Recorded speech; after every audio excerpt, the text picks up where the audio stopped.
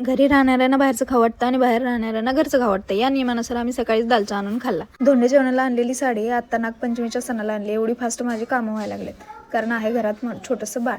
त्या छोट्याशा बाळाला सोडून मला आणखी एक महत्त्वाचं काम होतं. लागली हाताने ते पण करून घ्यावं, कारण नाही केलं तर माझा चेहरा खरंच खूप वेगळा दिसला असता. लागली हाताने 2-3 कामं करायची होती, कारण सारखं बाळाला घरी ठेवून बाहेर जाणं हे काय बरोबर वाटत नाही आणि तसा जीव पण लागत नाही. बाळाचे कपडे घ्यायचे होते, ती पण घेतली, कारण पावसाळ्याच्या दिवसामुळे कपड्यांचा खूप तुटवडा जाणवायला लागला, कारण ती वाळतच नाही आहेत.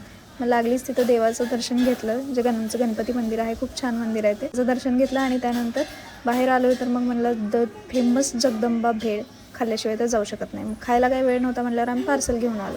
आणि बहिणीसोबत गाव फिरणं म्हणजे एक वेगळंच सुख आहे, आणि हे तुम्ही अनुभवलं असेल, बरोबर ना?